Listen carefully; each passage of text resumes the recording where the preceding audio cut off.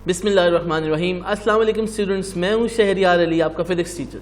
Students, हम basically last lecture में discuss कर रहे थे टेंशन इन द स्ट्रिंग वाला टॉपिक, और उसका हमने पार्ट 1 देखा था, जिसमें अगर आपको याद हो हमारे पास दो अनइक्वल मैसेज थे जो एक फ्रिक्शनलेस पुली के ऊपर मूव कर रहे थे, और हो ये रहा था कि जो एक मैस था वो ज़्यादा था, एक मैस की वैल्यू कम थी, यानी कि दो अनइक्वल मैसेज थे। तो जो अनइक्वल मैसेज की वजह से हमने पुली के अगेंस्ट जब उनको हैंग किया था, तो जिसका मैस ज़्यादा था उस डायरेक्शन में ऑब्वियसली उसका वेट ज़्यादा था, जिसकी वजह से वो ऑब्जेक्ट वहाँ पे डाउनवर्ड मूव कर रहा था। आपके पास वर्टिकली मैसेज दोनों हैंग किए हुए थे, ऑब्वियसली जिस डायरेक्शन में वेट ज़्यादा होता है उसी डायरेक्शन में ऑब्जेक्ट जो है वो मूव कर जाता है। दूसरे लफ्ज़ों में जिस डायरेक्शन में फोर्स ज़्यादा होती है उस डायरेक्शन में हमारे पास ऑब्जेक्ट मूव कर जाता है। तो हमने उस पर्टिकुलर केस में टेंशन इन द स्ट्रिंग और एक्सेलरेशन इन द स्ट्रिंग की वैल्यूज फाइंड आउट की थी। आज हमारे पास उसी आर्टिकल का पार्ट 2 हमने डिस्कस करना है। हमारा जो टॉपिक है वो है motion of the two bodies attached to the ends of a string that passes over a frictionless pulley such that one body moves vertically and the other moves on a smooth horizontal surface. यानी कि आप इसको इस तरह imagine करेंगे, अभी हम diagram भी देखेंगे इसकी।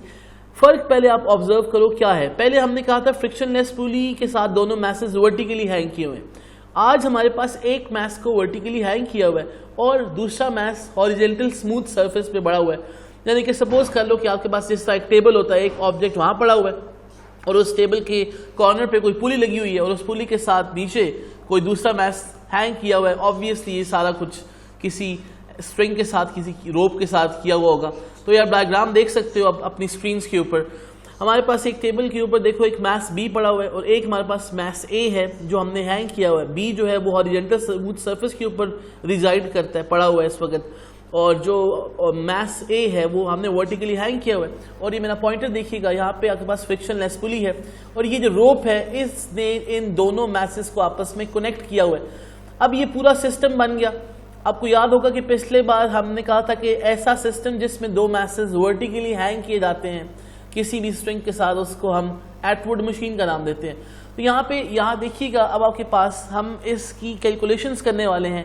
हमने क्या करना है, हमने दोबारा ये एज्यूम करना है कि दो मैसेज जो हैं वो अनइक्वल हैं, और हमारे पास अनइक्वल मैसेज का मतलब क्या है कि इस वक्त जो है वो मैस ए की वैल्यू ज़्यादा है और मैस बी की वैल्यू जो है वो कंपैरेटिवली कम है। तो जाहिर सी बात है फिर ये जो पुली सिस्टम के साथ लगा हुआ है रोप, ये किस तरफ ड्रैग होगी या मैसेज किस तरफ मूव करने की कोशिश करेंगे in the direction of this mass A. और बच्चों को पता है कि हम मैस अगर गिवन हो तो हम वेट कैलकुलेट कर सकते हैं। ऑब्वियसली जिसका वेट किसका ज़्यादा होगा, जिसका मैस ज़्यादा होगा, बिकॉज W = mg वाले फार्मूले के मुताबिक जी तो दोनों की सेम है। एक्सेलरेशन ड्यू टू ग्रेविटी, इसमें तो कोई वेरिएशन नहीं है, यहाँ पे दोनों एक जगह पे एग्जिस्ट करते हैं, तो जी की वैल्यू यहाँ पे तो सेम है। तो फिर इसका मतलब है अगर मैस ए लार्ज है और मैस बी कम है तो ए की डायरेक्शन में वेट ज्यादा होगा। दूसरे लफ्जों में ए जो है चूंकि उसके रोप का एक एंड कनेक्टेड है बी के साथ, तो वो किस तरफ ड्रैग करने की कोशिश करेगी बी को। अब इमेजिन करो जरा, ऑब्वियस बात है कि अगर ए नीचे की तरफ जा रहा है तो फिर ये जो बी है टुवर्ड्स राइट मूव करेगा, टेबल के अलॉन्ग स्लाइड करेगा। और हमारी ये एजम्पशन है कि ये टेबल है ये फ्रिक्शनलेस है, मतलब इसके मोशन को अपोज नहीं करना, टेबल ने बी के मोशन को अपोज नहीं करना। तो अब देखिएगा, we have considered two bodies A and B of masses m1 and m2। m a और m b भी कह सकते हैं, इससे कोई फर्क नहीं पड़ता।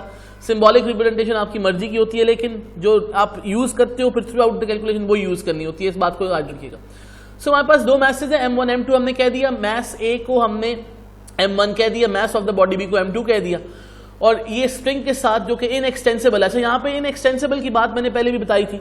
इनएक्सटेंसिबल हम इसलिए करते हैं ताकि ये रोप स्ट्रेच ना हो, क्योंकि असल में अगर आप रोप को स्ट्रेच करोगे ना, अगर आप एक्सटेंसिबल स्ट्रिंग ले आओगे तो फिर तो जो टेंशन प्रोड्यूस होगी या जो फोर्स लगेगी हमारे पास इस पूरे सिस्टम के ऊपर, वो तो रोप को एक्सटेंड करवाने में यूज हो जाएगी। तो फिर हमने क्या किया, हमने एक एक्सटेंसिबल स्ट्रिंग ले ली ताकि हमारे पास जो है वो फोर्स या जो टेंशन वगैरह प्रोड्यूस होती है उसका हिस्सा, उसका कुछ पार्ट इसमें यूटिलाइज ना हो जाए रोप को एक्सटेंड करवाने में। यानी कि हम ये चाहते हैं कि हमारी जो फोर्स या टेंशन है वो सिर्फ मैसेज के ऊपर लगे। ठीक हो गया, वह तो along the rope tension produce हो रही है, जिसकी वजह से वो जो टेंशन है वो डायरेक्टली एक्ट करेगी मैसेज के ऊपर। तो इस वजह से हम ये चाह रहे हैं। अच्छा, अब हमारी जो एजम्पशन है, हमने जो सिस्टम यानी कंसिडर किया, एजम्पशन तो नहीं, हमने सिस्टम जो कंसिडर किया, m1 is greater then m2, यानी कि मैस ऑफ द ऑब्जेक्ट 1 यानी कि मैस ऑफ ऑब्जेक्ट ए या block A is greater than mass of the body B, यानी कि ब्लॉक बी। इससे क्या होगा फिर, body A will move downward with an acceleration a. That is obvious कि अगर हमारे पास ऑब्वियस जाता है कि ये टेबल के ऊपर जो एक मैसेज पड़ा हुआ है और पुली के साथ जो नीचे मैस हैंग हो रहा है, अगर मैस ए ज्यादा है तो W=mg वाले फॉर्मूले के मुताबिक ये डाउनवर्ड वेट ज्यादा होगा, और चूंकि अब वेट डाउनवर्ड एक्ट कर रहा है, थर्ड लॉ के मुताबिक tension in the string produce होगी, अलोंग द स्ट्रिंग वो एक्ट करेगी। तो होगा ये कि ये जो ब्लॉक ए है ये बी को अपनी तरफ यानी कि अपनी डायरेक्शन में यानी कि डाउनवर्ड डायरेक्शन में पुल करने की कोशिश करेगा। तो अब इसमें हमने ये देखना है कि यहाँ पे जो फिर अगर हमने कंसिडर किया ना कि जो आपके पास रोप है वो इनएक्सटेंसिबल है, इसका मतलब ये कि जो एक्सेलरेशन ए में प्रोड्यूस हो रहा है, यानी कि जो जिस फोर्स से मूव कर रहा है डाउनवर्ड ए जो है, उसकी वजह से जो एक्सेलरेशन प्रोड्यूस हो रहा है, उसी एक्सेलरेशन से फिर बी इसकी तरफ मूव करना शुरू कर देगा, यानी कि ए की डायरेक्शन में मूव करना शुरू कर देगा, क्योंकि हमारा जो स्ट्रिंग है वो इनएक्सटेंसिबल है, हमारी फोर्स का कोई हिस्सा जाया नहीं हुआ, कोई पार्ट हमारा वेस्ट नहीं हुआ। उसके बाद हमने क्या कहा, the pulley is frictionless, hence tension T will be the same through out the string. Very important point कि टेंशन जो स्ट्रिंग के अलॉन्ग एक्ट कर रही है वो सेम रहनी है, क्योंकि कोई अपोजिंग फोर्स, कोई फ्रिक्शनल फोर्स एक्ट नहीं कर रही जिसकी वजह से कोई कमी आ जाए फोर्स में, कोई डिक्रीज आ जाए या कुछ हिस्सा फोर्स का ओवरकम करने के लिए फ्रिक्शन को यूज हो जाए, तो ऐसा नहीं हो रहा। अब हमारे पास फिर हमने क्या, हमारा एम क्या होता है, जब हमने ये सिस्टम कंसिडर कर लिए, अब आप पहले डायग्राम को थोड़ा सा अंडरस्टैंड करें। हम अब इसके ऊपर नेट फोर्सेस कैलकुलेट करना चाह रहे हैं इस सिस्टम की। नेट फोर्सेस कैलकुलेट करने के लिए बेसिकली हमें टेंशन इन द स्ट्रिंग चाहिए और हमें एक्सेलरेशन की वैल्यू चाहिए, यानी कितनी टेंशन रोप में प्रोड्यूस हो रही है और कितना एक्सेलरेशन प्रोड्यूस हो रहा है, क्योंकि अब ये पुली सिस्टम के अगेंस्ट जो रोप है वो मूव कर रही है और उसकी वजह से, मूवमेंट की वजह से एक्सेलरेशन प्रोड्यूस हो रहा है, तो वो कितने एक्सेलरेशन से मूव कर रहा है, टेंशन की वैल्यू जो अपवर्ड एक्ट कर रही है अलॉन्ग द रोप वो कितनी है, वो भी हमें कैलकुलेट करनी है। अब आप डायग्राम को थोड़ा सा एनालाइज करें, मतलब ये जो सिंबॉलिक रिप्रेजेंटेशन है पहले उसको आप थोड़ा सीख लें। देखिए सबसे पहले हम ब्लॉक ए से शुरू करते हैं। ब्लॉक ए पे हमारे पास नेट फोर्सेस कौन कौन सी एक्ट कर रही हैं। देखें, एक ब्लॉक ए का जो मैस है जिसको हमने m1 कहा है, उसके ऊपर मैस अगर m1 है, उसके ऊपर जो फोर्स ऑफ ग्रेविटी एक्ट कर रही है उसकी वजह से उसका जो वेट है यानी कि जो फोर्स ऑफ ग्रेविटी है W=mg is acting downward. This is called action force. Reactional force along the rope act करेगी, जिसने इसको होल्ड किया हुआ है मैस को, जिसने इसको पकड़ा हुआ है एक किस्म का, तो वो टेंशन टी कहाँ पे एक्ट करेगी, अपवर्ड। तो आप ये एरो देख सकते हो, वेट का डाउनवर्ड शो कर दिया और टेंशन का अपवर्ड। हमें पता है वेट हमेशा डाउनवर्ड एक्ट करता है, और चूंकि ये ए डाउनवर्ड मूव कर रहा है, जिस डायरेक्शन में फोर्स लग रही है ज्यादा उसी डायरेक्शन में हमारे पास एक्सेलरेशन होगा। चूंकि ये वेट इसको डाउनवर्ड पुल करवा रहा है ना, तो इस वजह से एक्सेलरेशन भी उसी डायरेक्शन में। So net force acting on the body A is m1g minus T. m1g पहले क्यों लिख दिया, मैंने उसमें बताया था, जिस डायरेक्शन में ऑब्जेक्ट जा रहा होता है वो फोर्स पहले लिखते हैं, अपवर्ड फोर्स चूंकि टेंशन है वो माइनस के साथ आ जाएगी। ये नेट फोर्सेस एक्ट कर रही हैं किस पे, ऑब्जेक्ट ए पे, जो सेकंड लॉ के मुताबिक कैलकुलेट की जाती है। और इन नेट फोर्सेस का आंसर क्या होता है, उसकी वजह से क्या प्रोड्यूस होता है, एक्सेलरेशन। तो m1g, और हमारे पास जब नेट फोर्सेस नॉन जीरो है तो एक्सेलरेशन प्रोड्यूस होगा, जाहिर सी बात है, इसीलिए तो ऑब्जेक्ट डाउनवर्ड जा रहा है। So m1g minus T are the net forces acting on the object and they are equal to m1a, यानी कि सेकंड लॉ के मुताबिक F is equal to ma होता है। तो m1g minus T net forces, और इनका सम किसके बराबर या इनका डिफरेंस किसके बराबर होगा, हमारे पास नेट फोर्सेस का सम यानी कि टोटल फोर्स का सम ma के बराबर होगा। तो इस केस में m1 कंसिडर कर रहे हैं, मैथ्स 1 पे जो लगा रहे हैं ना हम सेकंड लॉ, तो m1a लिख दिया हमने यहाँ पे। ये हमारे पास एक इक्वेशन बन गई बुक के मुताबिक 3.10, मैंने बुक की नंबरिंग चेंज नहीं की हुई, ठीक हो गया। अब हमारे पास दूसरा ऑब्जेक्ट भी तो है, ऑब्जेक्ट बी। अब ऑब्जेक्ट बी के ऊपर कौन कौन सी फोर्सेज एक्ट कर रही हैं, पहले हम उसको देखते हैं। जिस तरह ऑब्जेक्ट ए के ऊपर कैलकुलेट किया, इसी तरह ऑब्जेक्ट बी के लिए भी कैलकुलेशन करनी पड़ेगी। ऑब्जेक्ट बी को देखो अगर आप, तो एक तो उसका वेट है जो डाउनवर्ड एक्ट कर रहा है, और हमेशा वेट डाउनवर्ड एक्ट करता है, मैं बार बार बात कर रहा हूँ। तो m1g जिस तरह था उसी तरह m2g एरो डाउनवर्ड आ गया इसका, weight of the object B. Weight क्यों है इसका, क्योंकि इसका मैस है, ग्रेविटी इसको पुल कर रही है, तो m2g हमने इसको लिख दिया। इट इज एक्टिंग डाउनवर्ड, मेरा एरो फॉलो करें, डायग्राम को देखें जरा। तो ये m2g सॉरी यहाँ पे डाउनवर्ड एक्ट कर रहा है, तो ये डाउनवर्ड एक्ट लिख दिया, साथ इसका एरो ड्रॉ करने के बाद इसकी वैल्यू भी लिख दी m2g। थर्ड लॉ के मुताबिक एक रिएक्शनल फोर्स अपवर्ड एक्ट कर रही है। अब देखो हमारा जो ऑब्जेक्ट बी है ना, इमेजिन करो कहाँ मूव करेगा, टेबल के अलॉन्ग मूव करेगा, टेबल की लेंथ के अलॉन्ग मूव करेगा, यानी कि इस साइड में मूव करेगा, राइट साइड पे। क्या अप एंड डाउन मूव कर रहा है यहाँ पे, टेबल के ऊपर नहीं मूव कर रहा। क्या कोई वर्टिकल मोशन है, नहीं मूव कर रहा वर्टिकली। क्या ये उछलने शुरू कर देता है, वाई एक्सिस के अलॉन्ग नहीं करता। क्या ये हवा में उछल जाता है? नहीं मूव करता। इसका मतलब है ये दो जो फोर्सेज हैं m2g wait of the body and reactional force upward third law के मुताबिक एक्ट कर रही है, ये दोनों डायरेक्शन में तो ऑपोजिट होते ही हैं, मैग्नीट्यूड में भी बराबर होते हैं। तो इसका मतलब है इनका नेट इफेक्ट हो गया जीरो। ये तो रोल प्ले नहीं कर रहे ऑब्जेक्ट बी की मूवमेंट में। लेकिन अब देखो यहाँ पे दोनों चीजें मैंने लिख दी। Weight of the body B is acting downward, reaction R of the horizontal surface acting on the body is in the upper direction. और एक तीसरी फोर्स भी है, tension in the string is pulling the body B horizontally over the smooth surface. ये रस्सी इसको किस तरफ पुश करने की कोशिश कर रही है, किस तरफ पुल कर रही है, बल्कि नीचे की तरफ, जिस डायरेक्शन में ए जा रहा है। तो ये जो टेंशन इन द स्ट्रिंग है जो बी की तरफ, जो बी को अपनी तरफ मूव करवा रही है, मतलब बी को ड्रैग करवा रही है, खींच रही है टेबल के अलॉन्ग, ये उस तरफ से मूव कर रहे हैं। तो आप देख सकते हो फिर tension in the string pulling the body B horizontally over the smooth surface. Horizontally का मतलब क्या है? एक्स एक्सिस के अलॉन्ग। यही मैंने बात पहले की ना कि क्या ये हवा में उछल रहा है, क्या टेबल के ऊपर उछलता हुआ नजर आ रहा है? इमेजिन करो ना, जब अगर ये मूविंग ऑब्जेक्ट होता तो ये नहीं जाता ऊपर, तो ये टेबल के अलॉन्ग ड्रैग हुआ है, तो ये हॉरिजॉन्टल फोर्स लग रही है इसके ऊपर। अब हमारे पास इस बात को फिर हम लिख देते हैं, as the body B has no vertical motion hence the resultant of vertical forces must be zero. मतलब हमारे खाते में आएंगी नहीं। हम अगर लिख भी देना आर और m2g तो ये कैंसिल आउट हो जाएंगी, तो हम लिखते ही नहीं है उसको। तो जिस डायरेक्शन में ऑब्जेक्ट जा रहा है उसी डायरेक्शन में फिर क्या एक्ट कर रही है? टेंशन एक्ट कर रही है। तो नेट फोर्स फिर हम जब कैलकुलेट करेंगे तो सिर्फ और सिर्फ एक ही फोर्स है जो रिस्पॉन्सिबल है बी की मूवमेंट के लिए।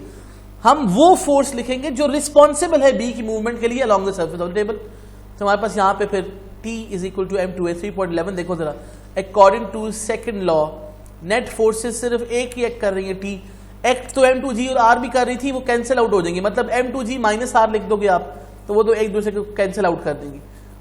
मतलब अगर एक 50 है तो दूसरी माइनस 50 लिख के आप कैंसिल आउट ही करोगे ना। एग्जाम्पल के तौर पर समझा रहा हूँ। सो 3.11 के मुताबिक, इक्वेशन 3.11 के मुताबिक tension is equal to m2a। असल में क्या इक्वेशन बननी चाहिए थी? T is equal to ma लिखना चाहिए था हमें, लेकिन अब मैथ्स 2 है तो m2 लिख दिया।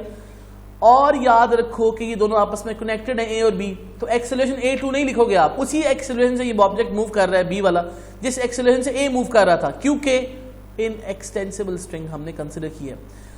इमेजिन करो ना कि आप जब दो चीजों को आप इस तरह समझोगे, आप इसको मैंने सिर्फ एग्जाम्पल के तौर पर समझा रहा हूँ। सपोज करो कि आपके पास जो है ना दो गाड़ियां एक दूसरे को टो कर रही हैं, एक आगे जा रही होती है, एक पीछे होती है।